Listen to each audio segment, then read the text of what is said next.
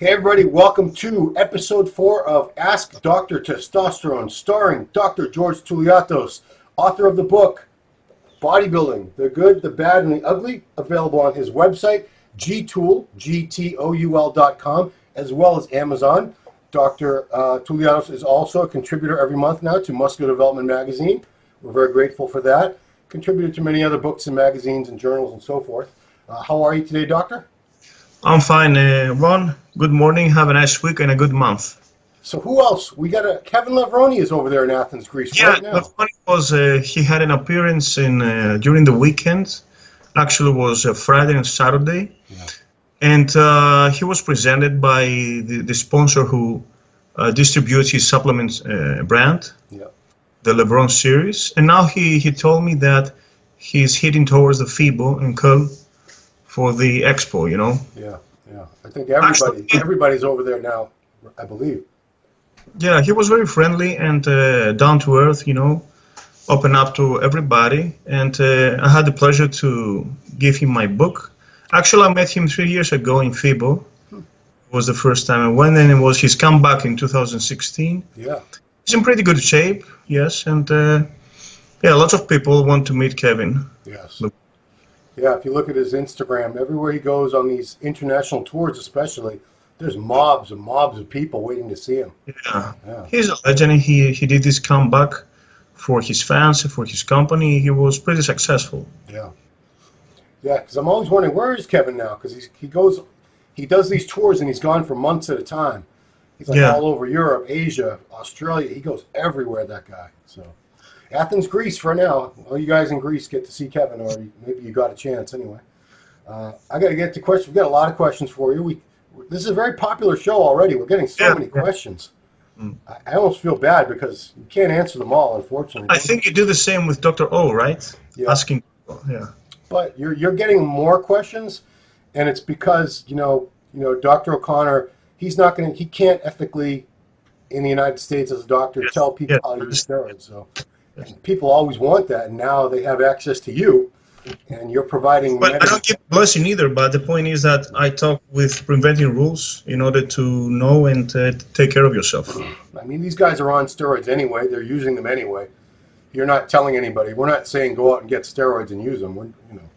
These are people who are already using them, or they're going to use them regardless.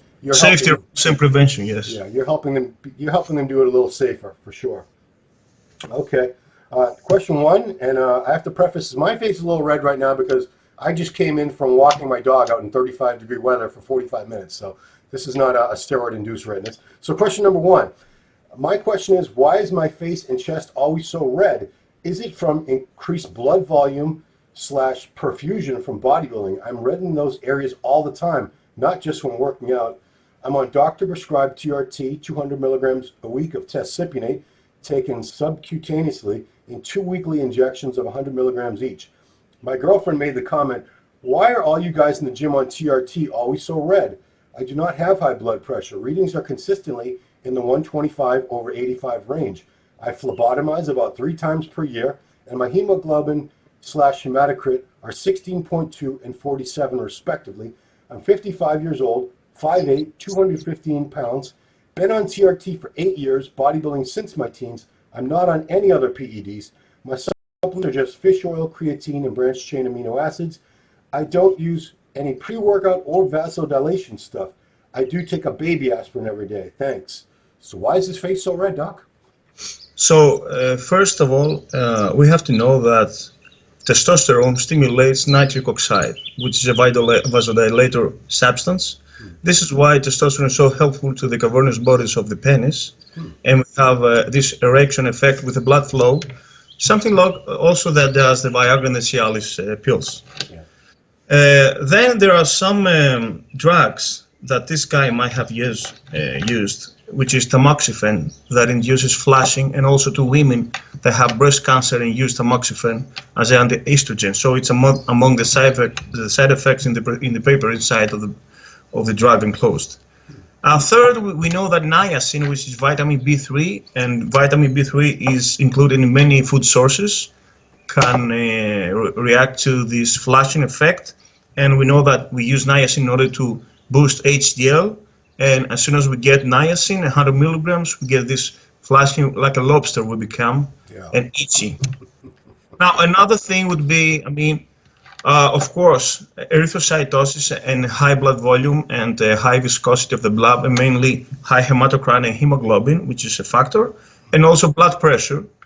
If systolic blood pressure, which reflects to the head and the brain, is above 13.5, then we may have this kind of flashing. Now, these are the basic causes, which is high blood volume and high blood pressure. But also we have to consider that testosterone itself improves vascularity. It also brings this flashing effect. And also maybe this guy is consuming niacin or maybe a serum because he's into TRT. There's another condition that's got nothing to do with any of this, but it's very common because I know a lot of people with rosacea, which makes like the face have red blotches on it.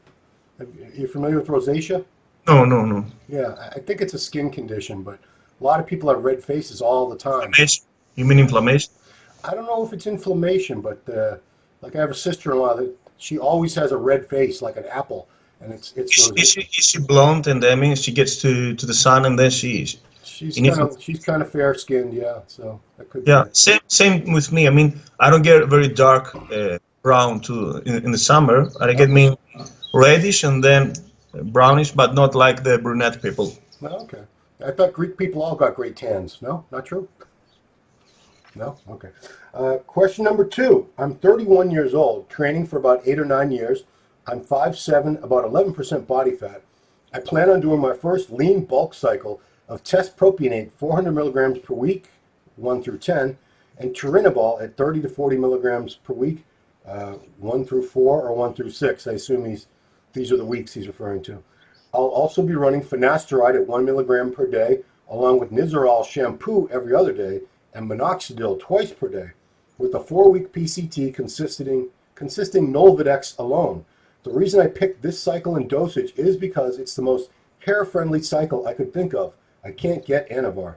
I'm not losing hair, but it has slightly thinned in my mid-20s. My father is bald, and also one of my 3 brothers. I have about a Norwood 1 through 2. I'm not really sure what he means by that. And this hasn't changed over the years with just using minoxidil/Nizoral, no finasteride. So here are my questions. Do you want to do the questions one at a time? Yeah. So question A, do you think with the compounds I've chosen and the dosages are okay in regards to minimizing hair loss, or is there anything you would change? Well, first of all, I would choose testosterone amphate or propionate for a bulking cycle because propionate is too short lasting and he has to inject more. Plus the fact that enanthate is 250, propionate is 100, so he has to use more mLs. Now about turinabol. This is a familiar drug to dianabol, but it aromatizes less. Now regarding his androgenic alopecia or male pattern baldness, we have to take under consideration that this guy is genetic predisposed due to his father's case, and we understand this from the fathers, from the dad and the mom, and the dads, and so the grandfathers. If they have, if they were bald, then you are predisposed, and you're gonna lose anyhow the hair, but you're gonna speed up this with the steroid. Now, I would choose nandrolone. Why? Because nandrolone metabolites to dihydronandrolone, which is a less androgenic than dihydrotestosterone. Therefore, I assume that nandrolone is more friendly to the hair loss. Okay. Now, Anavar, I wouldn't suggest Anavar because it's already a DHT derivative, and we know that DHT is catastrophic to the hair loss and to the hair thinning. So Anavar, Primo, and Winstrol are not supposed to be in a guy who is afraid to lose his hair. Wow. Yes, minoxidil and ketoconazole applied locally, or in shampoo, or in a form, or in foam, they help locally to lower the DHT. And also you can use spironolactone, which is aldosterone inhibitor, the diuretic, and it's supposed to block some androgens from adrenal glands. As a matter of fact, women use spironolactone, which is the diuretic. How you call it? How you call it? Well, it's a diuretic. I mean, Yeah. the trade name is, I don't know what the trade name is. Against hirsutism, and in order to minimize the side effects from the androgens. Now he can use it locally, also spironolactone, and also yes, finasteride, but in a powder form locally, not from the mouth, because it doesn't get systemically if you apply it locally. And also dutasteride is even more potent than finasteride because it reacts with both receptors to the scalp and to the prostate. As a matter of fact, finasteride is more effective for the prostate receptors, but dutasteride blocks both receptors, but it can lead to chemical castration, literally. Wow. Yeah. But you save your hair also. What else? I got more questions, but I think I got to reiterate that because I don't think most men realize that if you're prone to hair loss or hair thinning, Anavar, Winstrol, Primabol, and the three worst drugs you could take. Yes, yes. There are these theories, and also Masteron and Proveron are out of the question, right? Yeah. Okay. Yes. Question B from this gentleman. What protocol do you recommend with finasteride? Some people say not to run it in PCT. Others say to run it 2 weeks into PCT. Well, in PCT would be destructive because we're trying to regain our libido. So if you kill your DHT, DHT is responsible for the benefits of testosterone. Testosterone is a prohormone for DHT. So it's a reduced DHT, but we get all the androgenic benefits from DHT. So I think it would be a catastrophic scenario to use with trying to improve our endogenous testosterone, and then we shut off the benefit from DHT, which is a product of testosterone. So long term, okay, to minimize the side effects. And yes, then cut it, but you have to remember that testosterone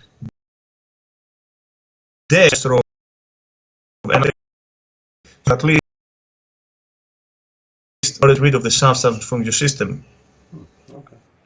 And his final portion of his question: do you recommend running and now see with French knowledge be run 0.0 milligram.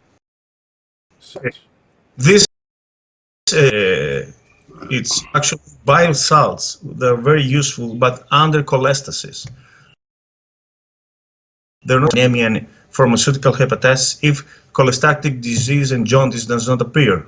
But actually, they're very helpful in order to restore and to reverse jaundice. Now, for turinabol, which is of course a 17-alkylated hepatotoxic oral, you have to use NAC in order to produce more glutathione, and of course glutathione in first place, injectable, intramuscularly or intravenous, is the best preventive rule. And also you have to use milk thistle or silymarin.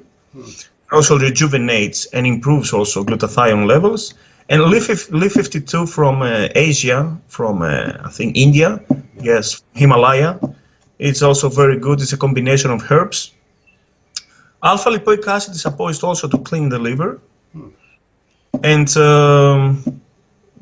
yes, more or less this. If you have a fatty liver disease, then I suggest the use of choline and inositol, that are lipotropic factors, and you get rid of the fat within hepatocytes. And also use them sublingually, the turinabol under the tongue, as I say. Yeah, you say 30 minutes before training was probably the best, yes, best way to use it? Before the workout, yes, it will be enough. And also don't use painkillers like paracetamol or acetaminophen, how you call it in the States. Tylenol, Advil is what most guys And also, use. of course, avoid ethanol, alcohol. Just curious, have you ever checked the liver values of someone who's running oral steroids without using any liver support products versus someone who is using those support products? I think the deviation is about 20 or 30% less. Was not using enough. with legitimate sources back in 2000, because back in 2000 everything was pharmaceutical made. I was running halo testing about 10 milligrams a day. Yeah. My liver enzymes were 300. 300. I was also using Winstrol pills. Okay. Yeah. And this was my worst. ALT and AST were 300 plus. I think I beat that one time from Winstrol pills. But GGT and ALT are the real cholestatic enzymes. Yeah. In case you have increased these enzymes, then it's a problem with jaundice and cholestasis. Okay. Next question. Follow-up question to testosterone-only blast and cruise. Do you think after a certain amount of time, let's say 6 to 8 weeks, since this is often mentioned by some gurus, the steroid loses its effect, the body gets accustomed to the dosage and therefore no longer responds with growth? Yes, I believe. I'm sorry, he's got more to it. I'm sorry. This argument is often used to add in another steroid in the stack. Since I'm not willing to do that, my only alternative would be raising the dosage. For example, 6 weeks 500 milligrams, 6 weeks 750 milligrams, 6 weeks 150 milligrams as my cruise. Repeat. In the past, I've never believed that argument. This year, however, the first time I tried high dosages for longer, 500 milligrams for 16 weeks, I noticed some good progress in the first 8 weeks, strength-wise, but stagnation in the following 8 weeks. Nutrition and training was on point. I put on 3 to 4 pounds every month, but the last 8 pounds in the last 2 months seemed like fat only. My waist also increased much more than in the first 8 weeks. Yeah, I've always been curious about that. Does the body get accustomed to it and you need to up the dose? Yes, this accustomed the receptor, you have saturation receptor theory. And Rich Pian actually mentioned that we have to use different esters. For instance, sustanon, which is a blend, then cypionate, then enthate. Not because the body has different receptors for the esters, but the body has to make a difference in the half-life of the substance you use. But the receptors, yes, they get accustomed and you have this saturation. That's why, imagine a starter and beginner bodybuilder has these tremendous gains, Yeah. and then as he proceeds, an advanced bodybuilder like you, for instance, you don't get some linear gains as you proceed in after a decades of use. That's why they have to be pros to not make serious gains after when they, I mean, year after year, they can add just 5 pounds of lean muscle. Unlike a starter and beginner who can add, for instance, 20 pounds of muscle within a year. Right. So it has to do also, yes, with the saturation theory. And this is why also they use the pyramid protocol, that you gradually induce week by week 100 milligrams of the substance. Mm-hmm. And then you end up, for instance, to week number 8, and then you decline. You reach a peak, and then you decline. Would you do that over and over again? No. You have to go up and then go down gradually. And when you decline gradually, then you have this illusion of the body that you don't cut them in cold turkey, but you're still in the juice, but in a lower doses, and you get accustomed gradually in order to get to end up the cycle. The other the theory is the straight arrow, that you use the same substance week by week. It's not the better muscular abscess, like the abuse when you have, for instance, a peak in number 8, you have to inject a lot of mLs in your body. Yeah.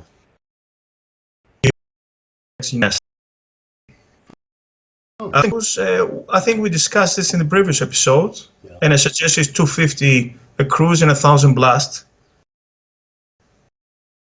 Who want to repeat? Yeah. Because in TRT we're using up to 200 milligrams per week. Right. I'm curious. So when you talk about decades and decades, like someone like myself, and there's a lot of other guys in that same situation where they've been using for a very, very long. Would 1,000 still be the peak, or would somebody who's been using steroids for 20, 25, maybe 30 years, would they eventually need to bump it up even more? Very famous names using 4 grams per week, even 7 grams, which equals to 1 gram per day. This is, of course, I heard that a very famous athlete 8 per day, so 400 milligrams. Yeah. Anyway, I think it's very good for 1.5 in the overall, you know. Right. The point is how many of these you can utilize. Yeah, I mean, someone taking 7 grams of testosterone per week. Andreas Mutter, by the way, was using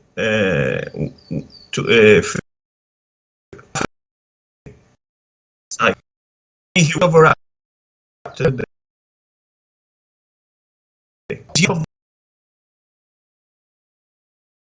so often, not twice a day. It was two per day, 250, half a gram, 500 milligrams a day. Right. Yeah.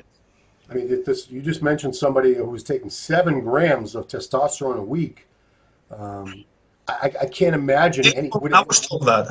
No, I've heard of it. I've heard of cases like that too, and I just have to wonder how much of that is actually being utilized and how much is just a waste. It's being wasted. Yes, and mind that you have the side effects, and then it's not used. I mean, it's not useful. I mean, while I was using 2 grams, I had not the double strength of back when I was using 1 gram. Yeah, right. Yeah, I mean, if more is better, 20 grams a week. More is not better always. More is not better always. Right. Next question. Your opinion on cycling HCG once a year. So 5 weeks at 250 IUs every 2 days during TRT for fertility. Bro Science says when you stimulate your balls once a year, chances are higher to establish fertility down the line with a fertility protocol, for example, HCG plus Clomid or HCG plus HMG. Do you think that's true? I'm 30 and on TRT for 3 years and plan on having kids in about 5 years. Yes, I was using myself HCG for 2.5 years in a row, so it was about 30 months. We had available HCG pregneal in Greece, and I was using 100 IUs every day along with my testosterone, and I managed to triple my sperm cell count. And after my last injection was used, because it's no longer manufactured in Greece, in salt, it's not available, I froze the sample and I have it to the bank. Oh, wow. Yes, because you know that TRT declines the sperm count. Yeah. And but HMG is we discussed this in the previous episode. It's more helpful to increase because it's synthetic FSH. It helps spermatogenesis and Sertoli cells. Now, within a cycle, a steroid cycle, you can use 500 IUs once a week. So, for instance, every Sunday or every Monday. Yeah. Now, within TRT, you can either use 100 IUs every day or 250 IUs twice a week or 500 IUs once a week. Okay. Mind that HCG as a peptide is not supposed to aromatize because a peptide does not aromatize. However, because it elevates endogenous testosterone, this will eventually aromatize. That's why we have the assumption that too much of HCG will make you gyno and edema. It's not from the HCG itself, but from the elevation of the endogenous testosterone that increases. Wow.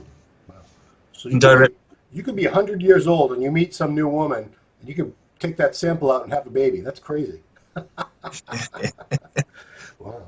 Okay. Question number 5. Based on the conversation you had with Ron, that's me, everybody, it seems the Dr. O'Connor, thinks 200, I assume he means Dr. O'Connor. Oh, no, you. I think he's talking about you because I guess you said this too. It seems the doc thinks 200 milligrams of test per week is a fairly heavy dose for TRT, whereas Ron seems to think it is more of a standard dose. If so, can either of you explain a bit more as to your point of view? Obviously, my point of view is just bro science. I have no medical training. One size does not fit all. There are guys who can utilize and do not have side effects with 200 milligrams. What is more preferable is to split the 200 milligrams into doses of 100 milligrams or 4 doses of 50 milligrams every other day. Everybody is different, and even though we have some standards. Now, personally, when I was using 25 milligrams every day, that means 175, which is less than 200. My total testosterone was above 1,000. Other guys use 200 milligrams and they have about 800 testosterone. What you have to take care of is the side effects, which is erythrocytosis, aromatization. These are the main two. Some people are very sensitive and they notice decline of HDL. Some others are very prone to gyno and they have to use anastrozole once or twice a week. Yeah. Others, they do not aromatize at all. Other guys do not elevate hemoglobin, unlike myself. So each of us reacts differently. Yeah. So, but I believe the standard top is 200 milligrams are enough. There were guys like Dorian Yates when he came to Greece 15 years ago as a seminar. I think he was using back 250 a week. This was a standard after a few years of retirement. Yeah. So I think that, yes, this is fair enough for a bodybuilder. The point is that we have also to watch out our labs, because it's not just cruising 250. The point is what your labs say in order to be perfectly healthy. Right. And I we feel do like accordingly to the lab work. Yeah. I mean, I feel like I do need to explain myself, because I have made that statement a few times on the O'Connor show. I do live on more like 400 to 500. Very rarely do I. If I ever go down to 200 milligrams of test per week, it's not for more than a month. I typically live on 400 to 500 milligrams of test a week. My labs, I get blood work done 3 times a year. Everything's good. My HDL, hematocrit, all that's good. I don't take. The only time I've ever used Arimidex or anything like that is during a couple contest preps, and I've never gotten gyno in all these years. But when you are bulking and you're using higher testosterone, you don't have issues with gyno or no? No Arimidex, nothing. No anti-estrogen. I don't use anti-estrogen, so you remove plants. I must not aromatize, right? Yes. Yes. So I'm just lucky. I'm not advocating that anyone else do this. It's probably, a lot of people would get gyno. I know a lot of guys who have gotten gyno and they've lost their hair and stuff. I'm very lucky, so I'm not advocating people do what I do. I'm just fortunate, and that's for all. Yes. So, and when I'm on 200 milligrams, after a few weeks, I don't feel right. I don't look right. Libido, just different things, energy. So everyone needs to find their TRT dose. Obviously, if I was working with a doctor, things would be different, and they would monitor things, and they would keep me on a dose that they felt was, correct. But people guys have to know that TRT is not for muscle gains. It's not a cycle. Right. It's just a maintenance optimization in order to feel biologically active, mentally and physically. Right. It's not of course, it's better than nothing, but has nothing to do with the grams we're used to make. Right. To use. Because the term TRT gets misused quite a bit, I think. Yes. And I don't even know technically. I can't even say that I'm on TRT. It is a trendy way of living, and it's a therapy for people who are lacking testosterone. Yeah. Then you get benefits if you're hypogonadic. It's like the diabetic who needs insulin. Right. And I'm definitely, my body stopped making testosterone long ago. Anabolic steroid-induced hypogonadism is 99% of the bodybuilders. Right. Yeah. The competitive bodybuilders. Yes. Absolutely. Final question: why do some oral anabolic androgenic steroids seem more hepatotoxic than others? For example, Anadrol more than Turinabol. What is it about methylation that causes hepatotoxicity? Yes, methylation is a process that few substances undergo, which are mainly orals, except stanozolol, which is also parenteric injectable. They get this modification on the 17th position of carbon in the steroid molecule. And this methylation permits to the steroid not to be broken down by the detoxification process of liver, because liver, whenever a substance gets into the hepatocytes through the portal vein, then it breaks down the substance. Either it's amino acid or it's a compound. And there's a specific enzyme responsible for this. Now, when a substance is methylated, like for instance Winstrol, Anavar, or dianabol, or Anadrol, or halotestin, or M3, now the liver gets very stressed trying to break down this compound. So this process elevates the liver enzymes AST and ALT. So actually we make this thing in order to protect the steroid to be broken down, and because in case we use steroids that are not alkylated, for instance, we have proviron, we used to have primobolan also, a lot of its potency is gone. So yes, this strengthens the steroid in order to sustain the liver metabolism, so it doesn't lose its impact and its strength. Yes, and of course this is a stressful situation for the liver. Now, why some compounds are more stressful than others? For instance, why halotestin is the most hepatotoxic, and also Me3? Maybe it has to do with the chemical structure of the compound, but also, as William Llewellyn analyzes in his anabolics book, the androgenicity and the androgenic index of any compound is also has to do with the hepatotoxicity. So halotestin has an androgenic index of 800, which is 8 times more androgenic than testosterone. M3 has an androgenic index of 6,000. What? Yes, 6,000, 12,000 is the anabolic index. So these are the most two hepatotoxic 17 alkylated compounds. And for instance, Anavar is the less androgenic among of the 17 alkylating compounds. This is why Dr. O considers that Anavar is the less hepatotoxic from all the 17 alkylated steroids. And he also said that it's metabolized mainly in the kidneys. What is ME? Is that what you call it? ME is methyltrianolone. It's a compound. It's an oral. It's supposed to be an oral form of trembolone. Wow, I've never even heard of that. Yeah, it does not aromatize.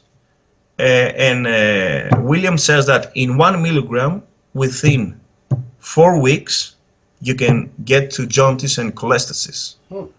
If you use more higher than this, yes. Yes, it's very androgenic, very anabolic, and does not aromatize. No, zero aromatization. Yeah, I've never heard of it. Is it popular anywhere? Because I've never heard of it. Yeah, it was used in 2004 Olympics, in weightlifting, Olympic weightlifting, in track athletics also. You know, and also in bodybuilding, they use it the last weeks in order to make you harder. Yeah. And as anti-catabolic, of course, from the diet. Yeah. But it's very hepatotoxic. If you combine it with other steroids, then you gotta use, of course, triple liver protection, glutathione, NAC, milk thistle, Li52, anything. Of course, usually sublingually, yes. It's the devil itself. Now, how much you want to bet guys are going to be looking for it now that we talked about it? Sorry? Now that we talked about it, I bet a lot of bodybuilders watching this are going to go try to get some. I guarantee you. That's how we are. I never tried it though. No, I never heard of it until today. This is I learned something new every day. All right. Well, Doctor, that is all the questions for this week. Thank you so much for taking the time and lending your knowledge and expertise to all these people out there who desperately need it. I want to let everyone know again, you can get Dr. Touliatos' book because a lot of the questions that you guys post and are curious about, they're answered in this book, Bodybuilding, the Good, the Bad, and the Ugly. Very much in detail with references and all that. And you can check it out on gtool.com, gtoul.com. You can also get that book on Amazon.com, Bodybuilding, the Good, the Bad, and the Ugly. Also, Dr. Touliatos is featured every month in Muscular Development Magazine. We're very, very grateful and proud to have him as part of the team now. Thank you so much. Hope we have an interview later, eh? Hope we have an interview later. Yes, we're going to have an in-depth interview. We're going to do the in-depth interview in an upcoming issue. Okay. Because these little short chats, they're just not quite enough, and we need more. So, thank you, Doctor, for joining us late night in Athens, Greece. And everybody, thanks for watching Ask Dr. Testosterone.